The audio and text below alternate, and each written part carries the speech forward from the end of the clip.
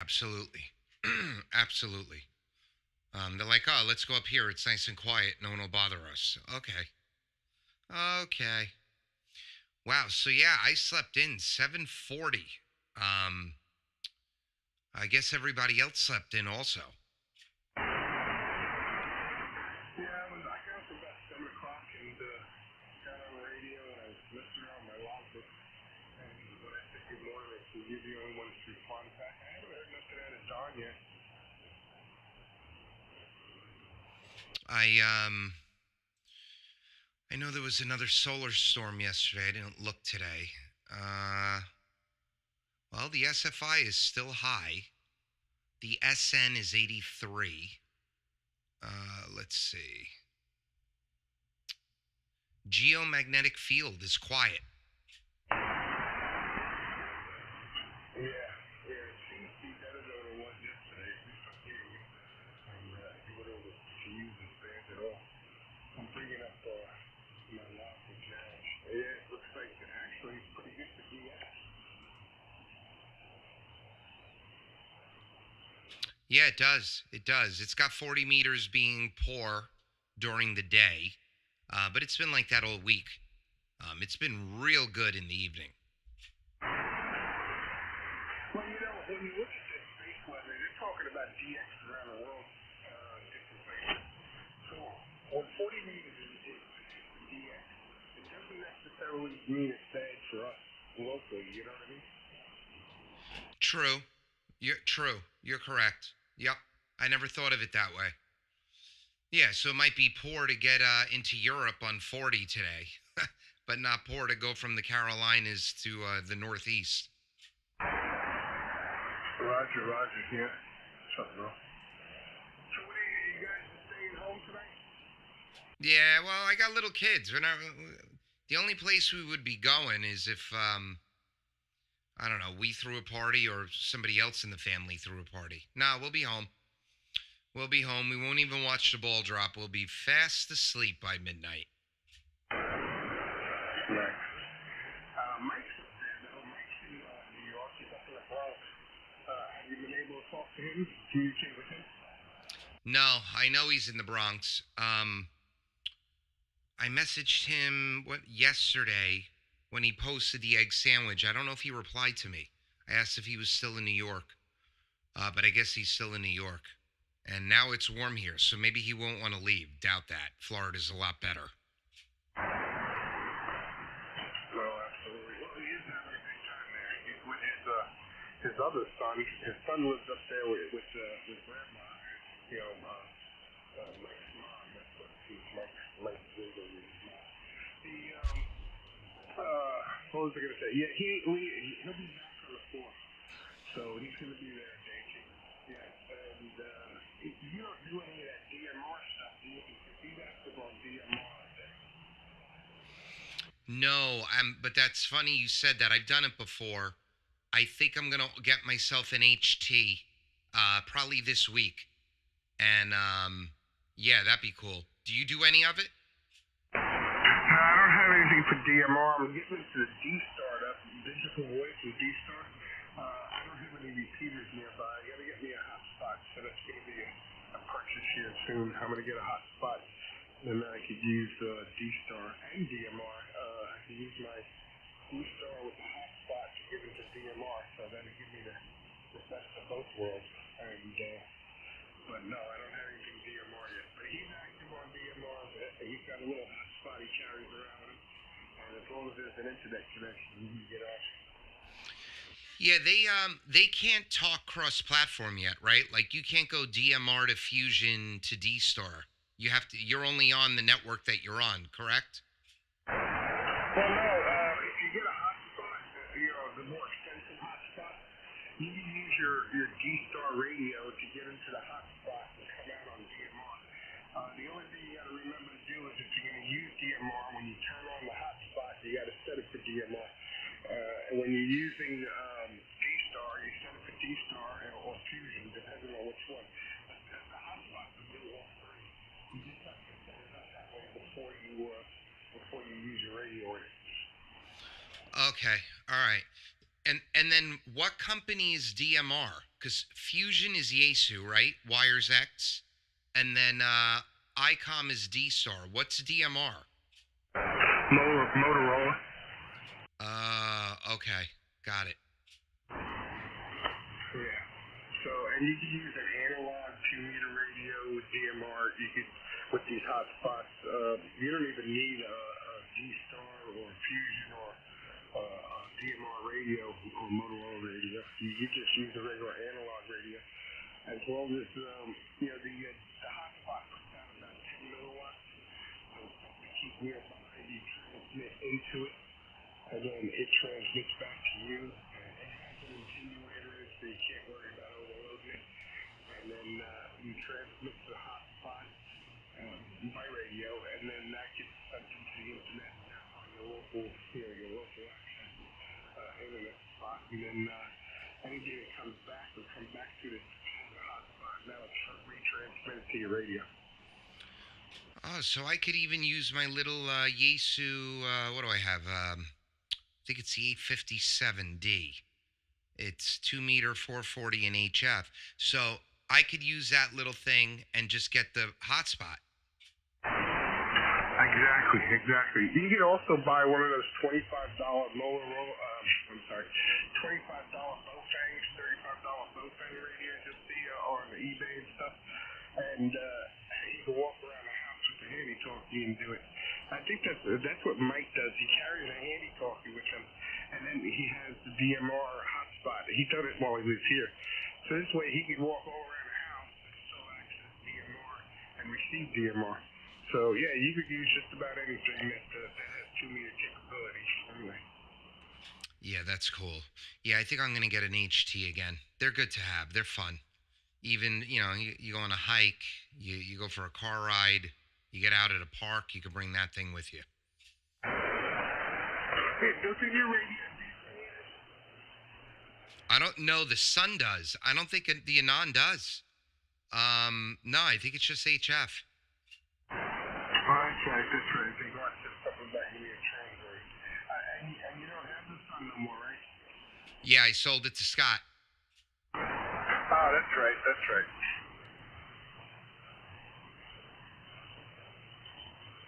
Yeah, but that Yaesu will do it. You can just use the Yaesu and a hotspot. Those hotspots, I think the more expensive ones that does multi modes, I think those are around $250 to $300.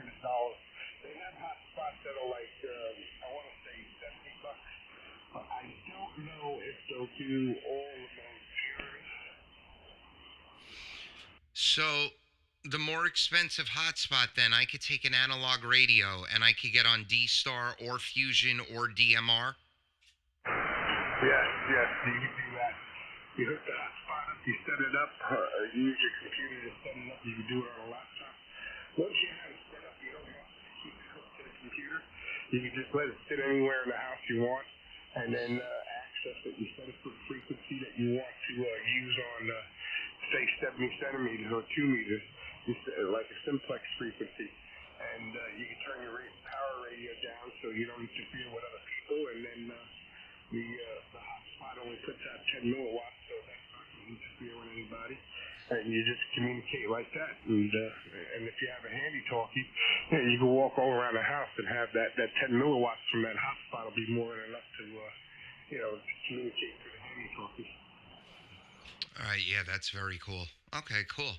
Awesome. You just came up. You're like 5 over now. Yeah, you picked up a little bit too. I got somebody up on 78, but it's not too bad. I don't hear the guys below us anymore, but I'm gonna wait a little bit longer. We may be me to scoot down to Casey, but I'm not sure about below us. And even that don't start firing up until about 9 o'clock. So I'm sure somebody's gonna come in here and want to complain about us being here. Yeah, probably. I'm good here.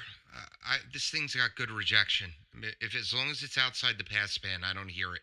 If it's relatively weak, even with the IMD. Yeah. So wait, you're saying more nets fire up at 9 a.m.?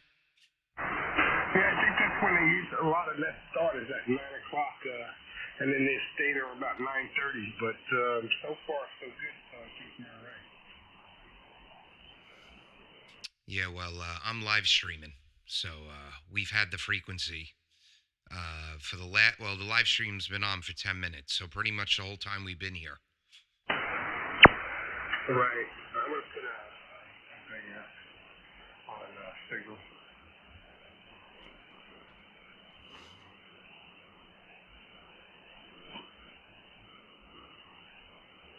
I'm wondering where Dawn is at this morning.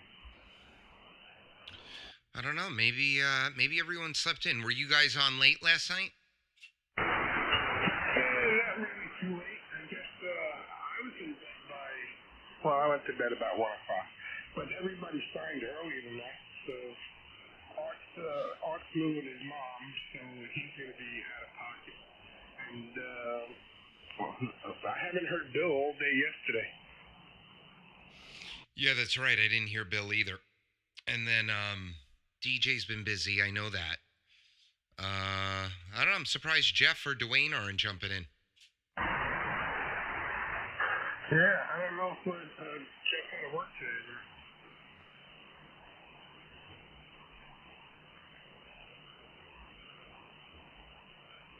Maybe Bill's hooking up to July.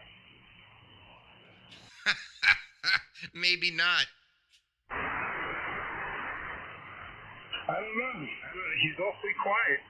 Normally, when he's not on, he'll not be on in the morning because like he'll do a grocery run. But then at night or in the afternoon he'll come on. But nothing all day yesterday. Who knows? Maybe he caught his station card and rigging it all up. Well, that would be cool. This would be a good weekend to do it. Oh man, this whole sleeping late. I'm gonna have a rough time on Tuesday morning. Yeah, hey, you're right. You know, if you're gonna do it, you might as well do it on the New Year's, right? Yeah, you could start 2023 with Pure Signal. Yeah. I got notified by KM4TM on the Mercury amp, and they were reading through the waiting list to see if anybody's lost interest or bought an amplifier. The question they asked was, what amp do you want? Do you want the Lux or do you want the Mercury 3? And I just want the Mercury 3. I don't want the Lux. And I sent it back in, but they don't respond back to you. They said they won't respond. Mike also got a notification and sent it off. So they definitely are trying to tune the list out. And we'll see what happens. I got on the list in June, and they said a year. So next June will be a year. I'm thinking though February is when they're gonna notify me for the down payment. I'm hoping February they notify me for the down payment, and I'm gonna give them money then. And I don't know. I'm still on the fence though if I really want it. You know, I got this ACOM.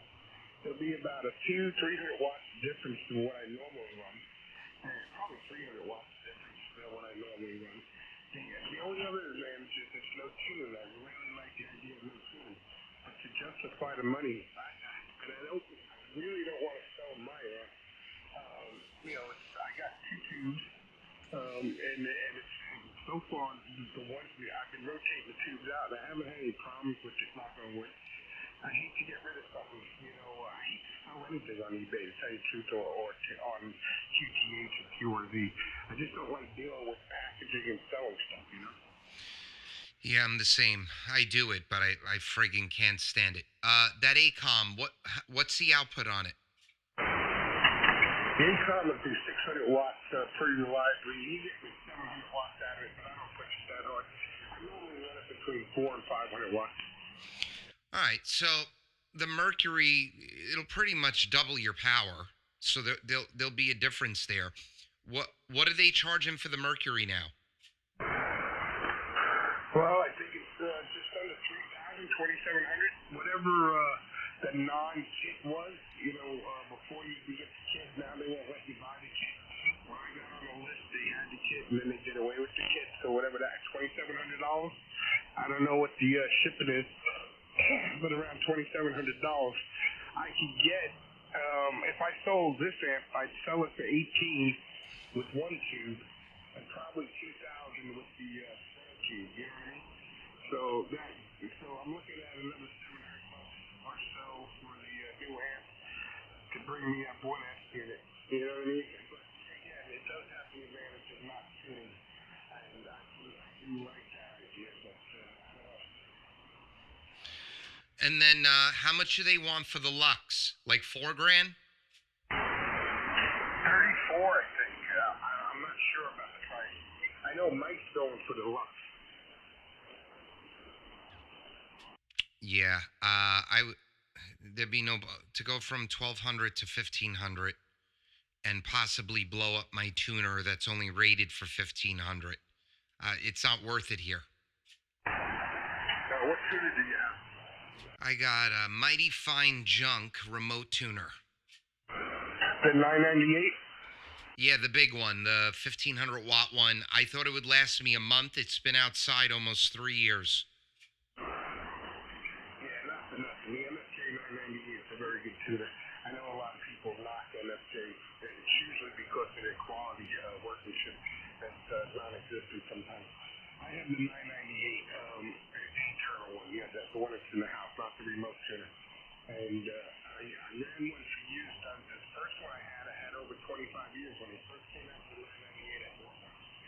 And then I sold that when I sold my TS2000, my annual ADV. And I should have never sold that one. I did buy another one, right, about a year and a half ago. That one has a problem. It still tunes and everything, but after you talk on it a while, it wants to self-tune again and knock itself out of whack. So that needs to go back for repair, and I'm not looking for the 6-month return time on the repair. So I went ahead and I bought another one because that's how reliable that first one was. This one here is not giving me any problem with knock on wood. And when I hit 1,500 watts, not with this amplifier, with other amplifiers, when I hit 1,500 watts, or actually I think it's like 1,550. If you hit 1,550, all it does is the amplifier is standby. I don't think the remote will do that. This one here turns around and says, ouch, reduce power. Okay. All right. Yeah. Well, like I said, the only problem that I had with it is it's supposed to be waterproof, and I put it out there and it got filled with water. So I drained it, I dried it, it still worked, and then I sealed all the seams with silicone, and it never got water in it again. That's the only issue I ever had with it. Oh, yeah. Yeah, the only thing that'll happen if you hit that with more than 1,500 watts is it'll put itself in bypass. All right, so if I got a 1,500 watt amp, I'd run it at 1,400. Right. You know, what, you can run it right at 1,500. It's a little bit over 1,500 to put it in bypass. You do know the display on the inside of it, right? Yeah, I've adjusted it. Yeah, so if you put yourself a camera out there, you'll be able to see what it says. Yeah, that's right. Take the cover off and set up a cell phone camera or something and FaceTime myself. Well, there's a guy over in England, what he did was he cut a part of the plastic out of the front of it where the display is, and he put plexiglass. He glued plexiglass to the inside so you could look inside of it without having to take the cover off. Oh, that's pretty cool. Yeah, you just put a piece of plexiglass, glue it on the inside, and then seal it on the outside with silicone. Yeah, or glue yourself 2 pieces of plexiglass. I don't know, whichever way works. But yeah, he put a piece of plexiglass on it. It was a cool idea because he was able to walk outside and look and see what the status was. But yeah, and then just like that, and then just put yourself an old cell phone camera on it and use the internet. You don't even need a cell provider, but you need a way of charging that phone again. Or get one of those little extreme cameras that you can put out there. They have one that runs off of solar power and a battery, and it keeps the battery charged. I don't know. But I don't know why they never made a remote hit for that. Yeah, you're right. There should be. I wish I had something here on the desk telling me what the hell it was doing. I just know that when I click tune, it drops my SWR to 1.0 everywhere except 80. It drops me to about 1.3, but that's fine. Right. And I think that has the ribbon cable that goes from the main board to the display board with the buttons and everything. And I want to say that ribbon cable probably has about 12 wires. I mean, if somebody was really good with the wiring stuff, they could run a wire out there to that thing and bring that display into the house and put it into a case. You know what I mean? You could switch the ribbon cable that goes from the display board, you know, where the buttons are in the display, to the main board. If you were to run your own control cable and then bring that display inside, it's not impossible. You know what I mean? Yeah, well, it's probably you could also do it wirelessly. Step IR sells those kits that you can instead of running the wire for the control cable for the Step IR motor, you can get you could plug in right into the ribbon cable, and it'll transmit the signal to adjust. Pretty interesting. Yeah. I don't know why MSA never did that for them. They should have made some kind of remote for it. Even a wireless one would have been neat. I think a lot of people would have bought it. The other thing is like the Icon 7100, that's the one that's got the little clock head, you know, the separate head from the radio and black and white. If they would have made a color screen, like you could have bought separately a color head, I would have bought it, you know, if it was $300-400, I would have said rather bought something with the color on it instead of having the black and white. Oh yeah, true, true. All right, Tom. I think I'm gonna go get myself something to eat. I'll be back on. I'll be on and off all day, so I'll be watching Signal if you guys get on. But if I don't talk to you till tonight, have a happy New Year and enjoy those lemon shots. Whiskey 4, Delta Oscar Mike, KB2, UKA 73. All right, Doug, have a good day. If anybody else in here, W4DR. WBRKO, good morning, Doug, and good morning, Tom. Yeah, it's the last time we get to talk to you this year. There you go. Good morning. Good morning. Yes, 2022's on its way out, and we've got 2023. Who knows what it'll bring? All right, good to hear you. And Dom, take care. I'm out, guys. KB2 UK clear.